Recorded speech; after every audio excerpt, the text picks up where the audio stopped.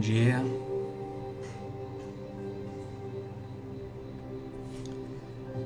Bom dia a todos, a todas.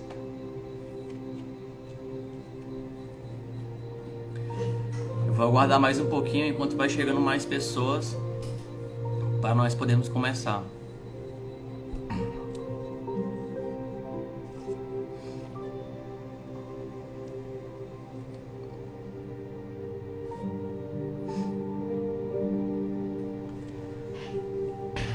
Bom dia, Ana. Eu vou fazer uma leitura do livro Fonte Viva enquanto vai chegando o pessoal aí pra gente aguardar. O nome do texto é Bom dia, Nazaré. O nome do texto é Afirmação Esclarecedora.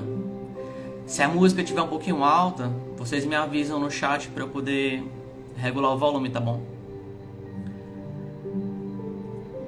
E não quereis vir a mim para terdes vida. Jesus, João, capítulo 5, versículo 40. Quantos procuram a sublimação da individualidade precisam entender o valor supremo da vontade no aprimoramento próprio. Os templos e as escolas do cristianismo permanecem repletos de aprendizes que vislumbram os poderes divinos de Jesus e lhe reconhecem a magnanimidade, caminhando, porém, ao sabor de vacilações cruéis. Creem e descreem, ajudam e desajudam, organizam e perturbam, iluminam-se na fé e ensombram-se na desconfiança. É que esperam a proteção do Senhor para desfrutarem o contentamento imediato do corpo, mas não querem ir até Ele para se apossarem da vida eterna. Pedem o milagre das mãos do Cristo, mas não lhe aceitam as diretrizes. Solicitam-lhe a presença consoladora, entretanto não lhe acompanham os passos.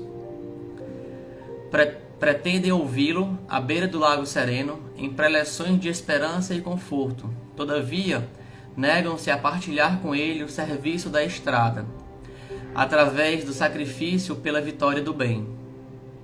Cortejam em Jerusalém, adomada de flores, mas fogem aos testemunhos de entendimento e bondade. À frente da multidão desvairada e enferma, suplicam-lhe as bênçãos da ressurreição, no entanto, odeiam a cruz de espinhos que regenera e santifica. Podem ir na vanguarda edificante, mas não querem. Bom dia, Marcos. Clamam por luz divina, entretanto, receiam abandonar as sombras. Suspiram pela melhoria das condições em que se agitam, todavia, detestam a própria renovação. Vemos, pois, que é fácil comer o pão multiplicado pelo infinito amor do Mestre Divino, ou regozijar-se alguém com a sua influência curativa, mas para alcançar a vida abundante de que ele se fez o embaixador sublime, não basta a faculdade de poder e o ato de crer, mas também a vontade perseverante de quem aprendeu a trabalhar e servir, aperfeiçoar e querer. Bom dia, Pátio. Grace, Serina. Bom, essa mensagem do Fonte Viva, ela tem muito a ver com o tema de hoje, da parábola do festim de bodas. Aí, antes de começar o evangelho em si, eu gostaria de fazer a oração inicial com vocês. Já tem bastante pessoas aí online, né? Esse é o momento que quem quiser colocar uma água do lado, uma jarra de água, para ela ser magnetizada, fluidificada, é bom colocar e aí toma durante o dia. Oi, Grace, bom dia. Então, quem quiser fechar os olhos, se disser à vontade, a título de concentração, né, para ajudar. Pai de infinita bondade, te pedimos o auxílio dos nossos guias, dos nossos amigos espirituais, durante esse momento de evangelho. Fluidifica, Senhor, não só o ambiente, mas também os nossos pensamentos, alinhando ele com as propostas do bem, da boa nova. Que possamos fazer estudo do evangelho de forma edificante. Que assim seja. Então hoje vamos dar início ao capítulo 18, muitos os chamados, poucos os escolhidos. E é a primeira parábola do festim das bodas. Falando ainda por parábolas, disse-lhe Jesus: o reino dos céus se assemelha a um rei que, querendo festejar as bodas de seu filho, despachou seus servos a chamar para as bodas os que tinham sido convidados. Estes, porém, recusaram-se a ir. O rei despachou outros servos com ordem de dizer da sua parte aos convidados: preparei o meu jantar, mandei matar os meus bois e todos os meus cevados. Tudo está pronto, vinde às bodas. Eles, porém, sem se incomodarem com isso, lá se foram. Um para a sua casa de campo, outro para o seu negócio. Os outros pegaram dos servos e os mataram, depois de lhe haverem feito muitos ultrajes. Sabendo disso, o rei se tomou de cólera e, mandando contra ele seus exércitos, exterminou os assassinos e lhes queimou a cidade. Então disse a seus servos: o festim das bodas está inteiramente preparado, mas os que para ele foram chamados não eram dignos dele. E depois as encruzilhadas, e chamai para as bodas todos quantos encontrardes. Os servos então saíram pelas ruas e trouxeram todos os que iam encontrando, bons e maus. A sala das bodas se encheu de pessoas que se puseram à mesa. Entrou em seguida o rei para ver os que estavam à mesa, e, dando com o homem que não vestia a túnica nupcial, disse-lhe: meu amigo, como entraste aqui sem a túnica nupcial? O homem guardou silêncio. Então disse o rei à sua gente: atai-lhe as mãos e os pés e lançai-o nas trevas exteriores. Aí é que haverá prantos e ranger de dentes, porquanto muitos há chamados, mas poucos escolhidos. Mateus capítulo 22, versículo 1 a 14. O incrédulo sorri a esta parábola, que lhe parece de pueril ingenuidade, por não compreender que se possa opor tanta dificuldade para assistir a um festim, e ainda menos que convidados levem a resistência a ponto de massacrarem os enviados do dono da casa. As parábolas, diz ele, o incrédulo, são sem dúvida imagens, mas ainda assim, mister se torna que não ultrapassem os limites do verossímil. Outro tanto pode ser dito de todas as alegorias, das mais engenhosas fábulas, se não lhes forem tirados os respectivos envoltórios, para ser achado o sentido oculto. Jesus compunha as suas com os hábitos mais vulgares da vida e as adaptava aos costumes e ao caráter do povo a quem falava. A maioria delas tinha por objeto fazer penetrar nas massas populares a ideia da vida espiritual, parecendo muitas ininteligíveis quanto ao sentido, apenas por não se colocarem neste ponto de vista os que a interpretam. Na de que tratamos, a parábola do festim das bodas, Jesus compara o reino dos céus, onde tudo é alegria e ventura, a um festim. Falando dos primeiros convidados, alude aos hebreus, que foram os primeiros chamados por Deus ao conhecimento da sua lei. Os enviados do rei são os profetas, que os vinham exortar a seguir a trilha da verdadeira felicidade. Suas palavras, porém, quase não eram escutadas. Suas advertências eram desprezadas. Muitos foram mesmo massacrados, como os servos da parábola. Os convidados que se excusam, pretextando terem de ir cuidar de seus campos e de seus negócios, simbolizam as pessoas mundanas que, absorvidas pelas coisas terrenas, se conservam indiferentes às coisas celestes. Era a crença comum aos judeus de então que a nação deles tinha de alcançar supremacia sobre todas as outras. Deus, com efeito, não prometera a Abraão que a sua posteridade cobriria toda a terra? Como sempre, porém, atendo-se à forma, sem atentarem ao fundo, eles acreditavam tratar-se de uma dominação efetiva e material. Antes da vinda do Cristo, Com exceção dos hebreus, todos os povos eram idólatras e politeístas. Se alguns homens superiores ao vulgo conceberam a ideia da unidade de Deus, essa ideia permaneceu no estado de sistema pessoal. Em parte nenhuma foi aceita como verdade fundamental, a não ser por alguns iniciados que ocultavam seus conhecimentos sob um véu de mistério, impenetrável para as massas populares. Os hebreus foram os primeiros a praticar publicamente o monoteísmo. É a eles que Deus transmite a sua lei, primeiramente por via de Moisés, depois por intermédio de Jesus. Foi daquele pequenino foco que partiu a luz destinada a espargir-se pelo mundo inteiro, a triunfar do paganismo e a dar a Abraão uma posteridade espiritual tão numerosa quanto as estrelas do firmamento. Entretanto, abandonando de toda a idolatria, os judeus desprezaram a lei moral para se aferrarem ao mais fácil, a prática do culto exterior. O mal chegara ao cúmulo. A nação, além de escravizada, era esfacelada pelas facções e dividida pelas seitas. A incredulidade atingira mesmo o santuário.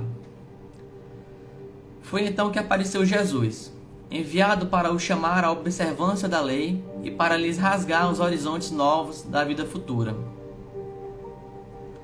Dos primeiros a ser convidados para o grande banquete da fé universal, eles repeliram a palavra do Messias Celeste e o imolaram. Perderam assim o fruto que teriam colhido da iniciativa que lhes coubera. Fora, contudo, injusto acusar-se o povo inteiro de tal estado de coisas. A responsabilidade tocava principalmente aos fariseus e saduceus, que sacrificaram a nação por efeito do orgulho e do fanatismo de uns e pela incredulidade dos outros. São, pois, eles, sobretudo, que Jesus identifica nos convidados que recusam comparecer ao festim das bodas. Depois acrescenta: vendo isso, o Senhor mandou convidar a todos os que fossem encontrados nas encruzilhadas, bons e maus. Lembrando que aqui os maus são os pecadores, não o mal propriamente de quem faz a maldade. Queria dizer desse modo que a palavra ia ser pregada a todos os outros povos, pagãos e idólatras, e estes, acolhendo-a, seriam admitidos ao festim, em lugar dos primeiros convidados. No entanto, não basta a ninguém ser convidado. Não basta dizer-se cristão, nem sentar-se à mesa para tomar parte no banquete celestial. É preciso, antes de tudo, e sob condição expressa, estar revestido da túnica nupcial, isto é, ter puro o coração e cumprir a lei segundo o Espírito. Ora, a lei toda se contém nestas palavras: fora da caridade não há salvação. Entre todos, porém, que ouvem a palavra divina, quão poucos são os que aguardam e a aplicam proveitosamente. Quão poucos se tornam dignos de entrar no reino dos céus. Eis porque disse Jesus: chamados haverá muitos, poucos, no entanto, serão os escolhidos. Então, logo aqui no comecinho, quando ele diz, né, quem que vai recusar um convite para um casamento? Ainda mais hoje, nas nossas grandes festas que nós temos aqui. Quem iria recusar um casamento? Porém, aqui é um pouco difícil, porque o casamento, essa festa, é o reino dos céus. E nós podemos ver que nem todos... ela é muito linda, Cris. E nem todos conseguem entrar, né? Aqui ele fala, ó, Jesus compara o reino dos céus, onde tudo é alegria e ventura, a um festim. E por que ele faz essa comparação ao festim? Porque naquela época, 2000 anos atrás, mais de 2000 anos atrás, o casamento em si, ele era rápido, mas a festa, ela durava uma semana. É uma festa de uma semana. E toda a população da aldeia era convidada. Todos os aldeões eram convidados a comparecer à festa. E era uma festa de uma semana. E por isso que é feita essa comparação do reino dos céus, porque o tempo todo é festivo, é alegre. E aqui ele fala dos convidados, né? Foram os primeiros a serem chamados, que foram os hebreus, que naquela época eles eram o único povo a cultuar um único Deus. Os outros povos, eles eram politeístas, eles cultuavam diversos deuses. A prova disso também está nos grandes templos que existia na Roma Antiga, como da deusa Vênus, entre outros. E aí ele fala também dos enviados do rei, que vieram mostrar a passagem, mostrar a palavra, mostrar o caminho. E assim como na parábola, eles também foram massacrados, né? Sofreram injúrias, foram desprezados. E isso a gente pode ver também na literatura há 2000 anos atrás, ou há 2000 anos, e na Paulo Estevão.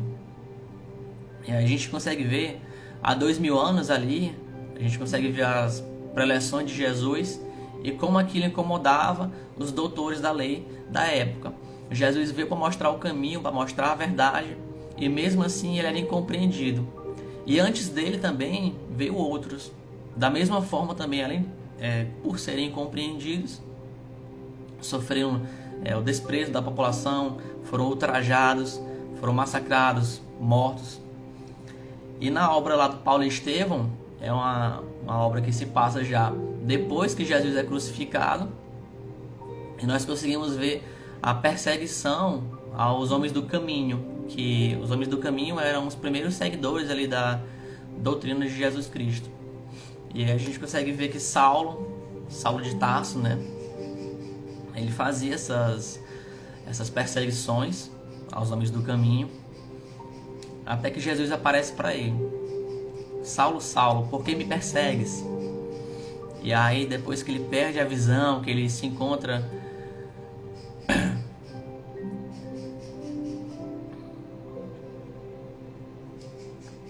perfeito, nós temos que estar preparados mesmo, tocado por dentro, porque na verdade a mudança ela começa do interior.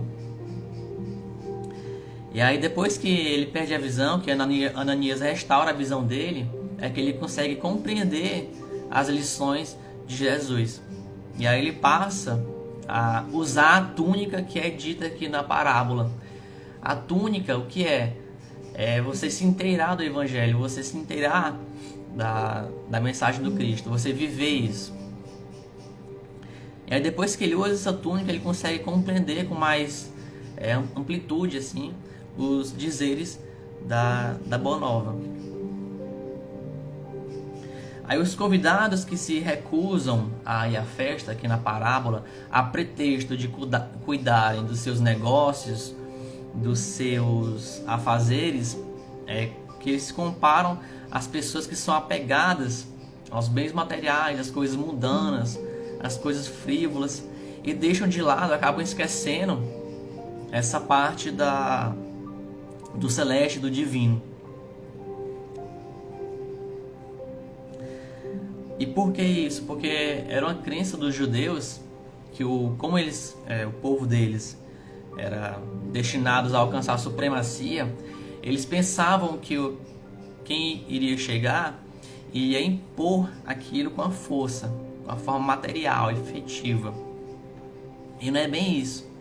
E um exemplo claro que a gente consegue ver também é também na obra Paulo Estevão, que Saulo até trata com um pouco de deboche o comportamento dos homens do caminho, né?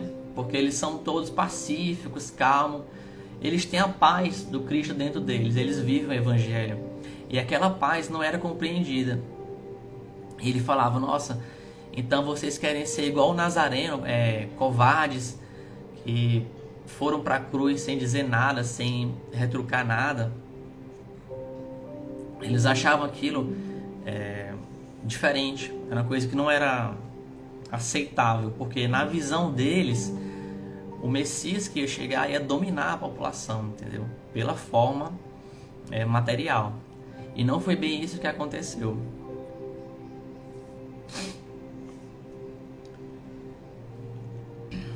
Aí aqui mais na frente ele fala, né, que essas pessoas que recusaram o convite, outros vão ser chamados, e nesse outros que vão ser chamados, o convite ele é mais abrangente. Ele não pega só aqueles primeiros, né? Vai ser todo mundo. Então aqui ele já abrange e já mostra. Os bons e os maus vão ser chamados. Só que aqui é um detalhe. Os maus não são aquelas pessoas que praticam o mal, né? Propriamente dito. O mal aqui são os pecadores. Não aquelas pessoas que praticam o mal, e sim os pecadores. Então, tanto as pessoas boas como os pecadores vão ser chamados. Agora, para entrar, além de ter a aceitação do convite, tem que ter o movimento interno da mudança. Que aqui, na parábola, o rei fala, né? Ele vê uma pessoa...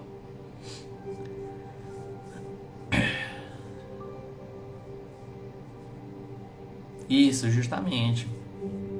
Também tem essa parte da discriminação que as pessoas são submetidas, né? E aqui na parábola, quando o rei entra no salão das festas e vê uma pessoa sem a túnica, ele pergunta, como é que ele pergunta aqui? É assim, ó: meu amigo, como entraste aqui sem a túnica nupcial? E essa túnica nupcial não é a parte material, não é a roupa, né?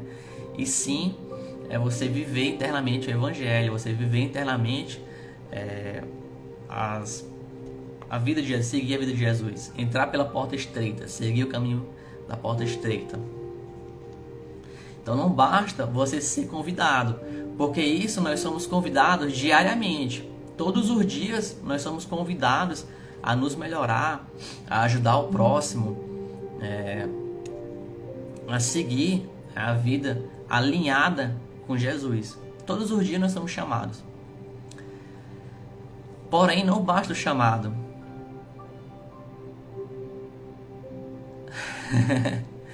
Ela é um pouquinho complicada, Léo, mas a gente vai tentando decodificar aqui a mensagem. Porém, não basta você receber o chamado, você tem que internalizar, porque é um movimento que começa no interno. Aqui ele fala, que eles foram pelo mais fácil, né? As pessoas receberam a lei de Moisés e foram pelo mais fácil. Cultuar o exterior, o culto ao exterior. E na verdade não é isso que a parábola mostra, né? Tem que cultuar o interior. Tudo começa por dentro da gente.